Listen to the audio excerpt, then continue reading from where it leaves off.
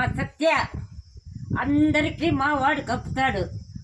వచ్చాడు ఇప్పుడు మా పల్లికి. ఇది నేను కప్పుతున్నా వాడికి. థ్యాంక్ యూ అమ్మా, థ్యాంక్ యూ.